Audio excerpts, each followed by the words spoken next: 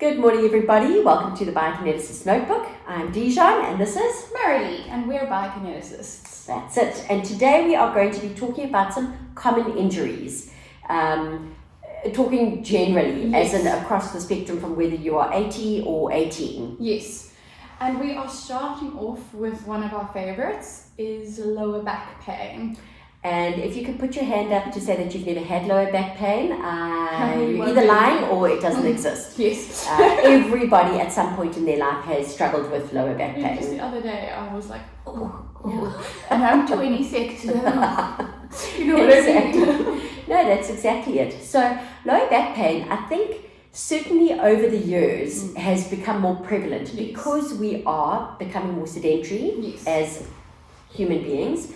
We are spending more time sitting on the couch, sitting behind a desk, driving. We're not as physically active as we used to be. Yeah, because the world is going digital. So we spend a lot of time like this, which means our back is doing this, and there's no core support. Yeah, that's it. So, low back pain can stem from a number of things. As I say, it's lifestyle. Yes. It can also be you've fallen. Yes, like an actual trauma. Yeah. So a car accident, or you slipped downstairs and you've fallen on your bum. I know that we get a lot of people like that with sort of those things where they've slipped and they've actually fallen, and then that has led to something. Yes, like either disc compression or like a bulging disc, and it just adds more fuel to the fire, really. Yeah. And it can present itself also in a number of ways. Sometimes very mildly, where there's just sort of like that dull ache in your lower back, and if you sort of stretch it out or you take Panados and it goes away, then that's great. That's probably something more that's just a little bit more muscular. Yeah. A lot of the times we treat it with core and mobility of the lower back. Yeah. Because what's happened is the lower back has now gone into a spasm because those muscles are now guarding the spine, because obviously the importance of the spine. So we focus a lot on the core, that band that wraps around from your spine all the way to the middle of your navel. Like your body's own inner corset. Yes, yeah, exactly. And it's called your transverse abdominis. So we focus a lot on that and spine mobility. Yeah. And mobility, we mean movement. Yes. So little things like lying on your back. Doing a pelvic tilt. That's it. Moving your knees from side to side. Nice. Those are lovely. And it's just a way to keep everything nice and loose. And then obviously other bits of lower back pain can become sort of more serious. When you start getting more neural issues coming into play, good old sciatica, where you feel that pain radiating into your bum, down your leg, and possibly right all the way down to your big toe. Yes. And then that can really be very uncomfortable. You can get that sharp shooting pain when you do any sort of movements, and then we've got to be a little bit more careful with that. So sometimes it can be as simple as sending to either physio or chiro, get some needling done, release that spasm, and then again we start with strengthening, your pelvic stabilizers. Like glute med. Exactly, glute med probably, and that glute med is probably one of the most important muscles. Yes, because what happens if the glute med is weak, there's SIJ or sciatic joint. Sacroiliac joint. Sacroiliac joint that starts to get less movement or more movement, and then creates what we call SIJ dysfunction. And then hand in hand with lower back pain comes neck pain. Yeah. And we can't mention neck pain without whiplash. Yes. So whiplash is, again, one of those funniest things, and we spoke about it in our previous with Marilee's patient who had whiplash 20 years ago. Again, whiplash is a funny thing. Is that if you're in a car accident and you have that sort of whip where you've got a very small base of your neck and your head does something like that or to the side, very often at the time you don't get it treated because you're more worried about the fact, is anything else damaged? Yes. And especially if you're younger or whatever, you sort of think, my neck's a bit stiff, I'll be fine. But that's what people tell you. It's just a stiff neck. It'll resolve itself over a couple of days. You'll be fine. Yeah. And then again, we see that becoming progressively worse as the years continue. And suddenly that whiplash actually starts to change the mechanical structure of your spine. Yes. And it's because there was soft tissue damage when the whiplash happened, and then it's that damage, like you said, has now kind of designed your spine and the way your muscles move. It's now in constant state of protection and guarding around the spine, especially the neck. So when we talk about neck, it's whiplash is one of the causes that really causes neck pain, and then the biggest one, which is probably the one that keeps us in business the most. So we won't ask you to get rid of your computers. No. But it really is. It's sitting in front of a computer, and again, it's about posture. So if you are desk bound and that is your job, you often are on that computer and you start off all lovely, but then as you get into the work and you're sitting for 2 or 3 hours, that's it.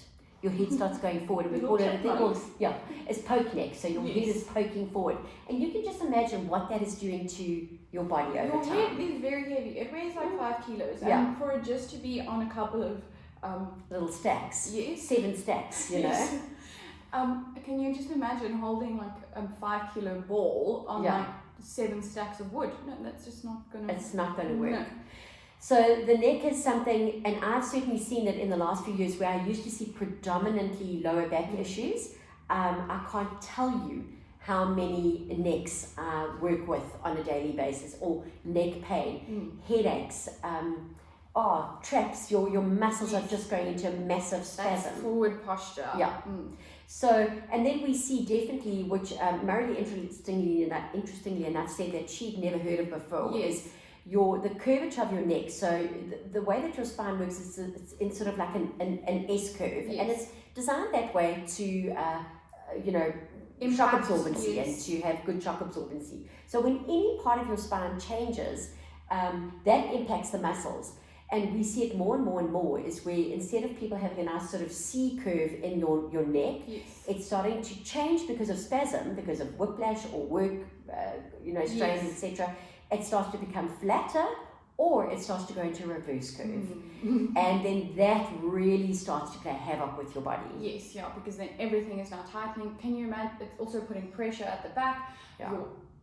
So obviously your spine's sitting here, and your trachea and everything's sitting in front, and that's moving now as well. And it just creates so much problems. So much chaos.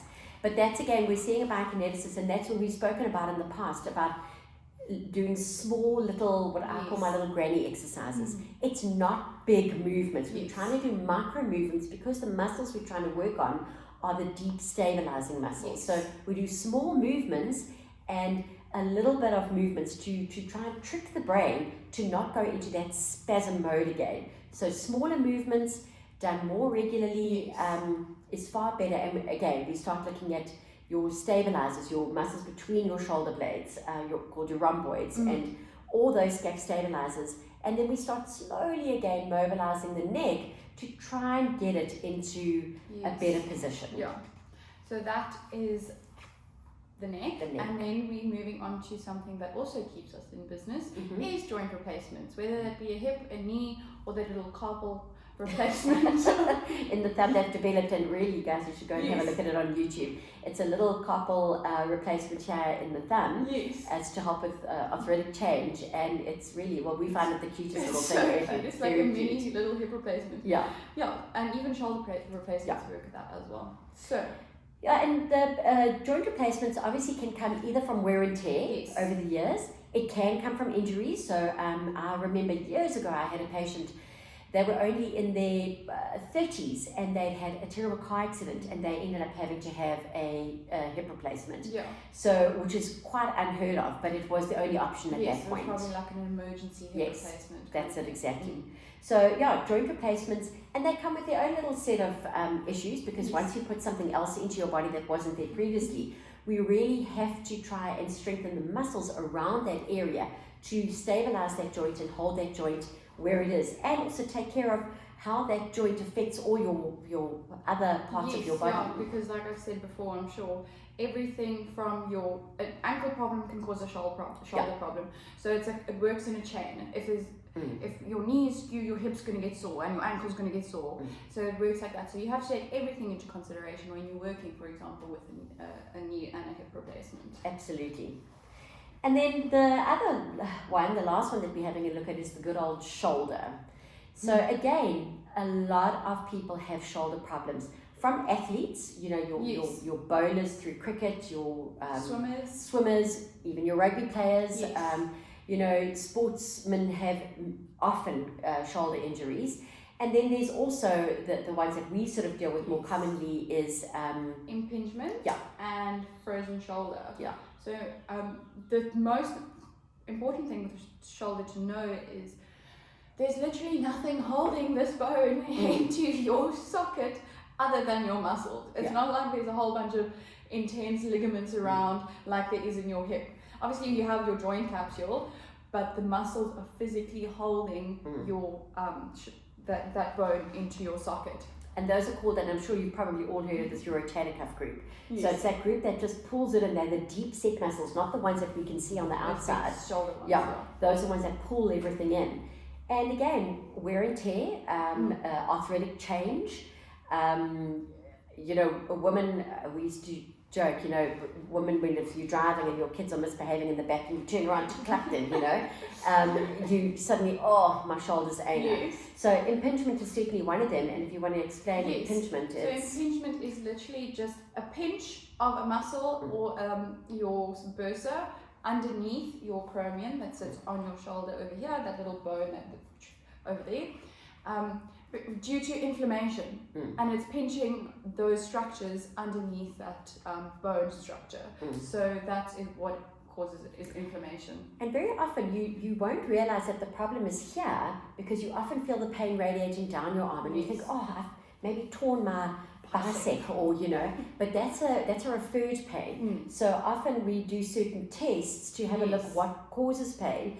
And the ladies often say, I can't reach behind my back to put my bra on, or I can't reach behind to grab packets. And then we see that, so impingement is a big thing. And the way to know is if you have your hand like this and you turn your whole arm, so elbow literally facing up, and it's a little pinchy inside that shoulder oblique. Yeah. And that's indicative. And it doesn't always require surgery. No. Sometimes it does. A lot of the times where they might need to go arthroscopically, and they might need to just sort of debride the area, so in other words, clean it out and create a little bit more space.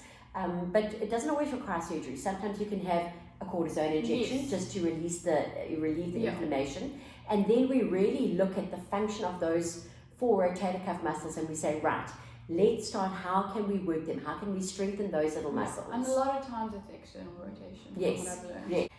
And then frozen shoulder, which can be exceptionally uncomfortable. Very uncomfortable. And that normally happens from if there's been a trauma and you stop using that shoulder.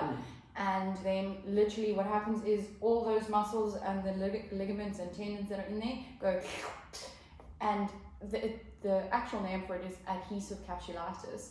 It literally becomes stuck. You cannot move your shoulder higher than that. And generally then what happens is you have to undergo anesthesia and they have to manually release that shoulder. Doesn't it's sound not fun. So often if we start seeing that there's a start of a frozen shoulder, we really start to try and push through that as much as what we can. So we do things like wall climbs and really try, and it is an uncomfortable thing to go through, to push through that, and certainly physiotherapy is also very, very important.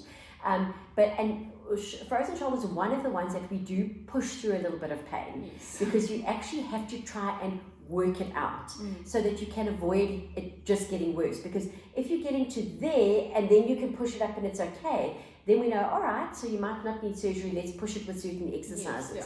But if you got to the point where it's like this, lift it higher than that, then surgery does often become the only option.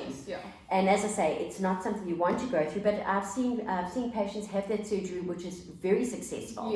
But it's not something you want to leave and think, it'll just get better on its own. It's something you actually have to manually work at, and you've got to work on it. Again, so shoulder mobility as we age, very important.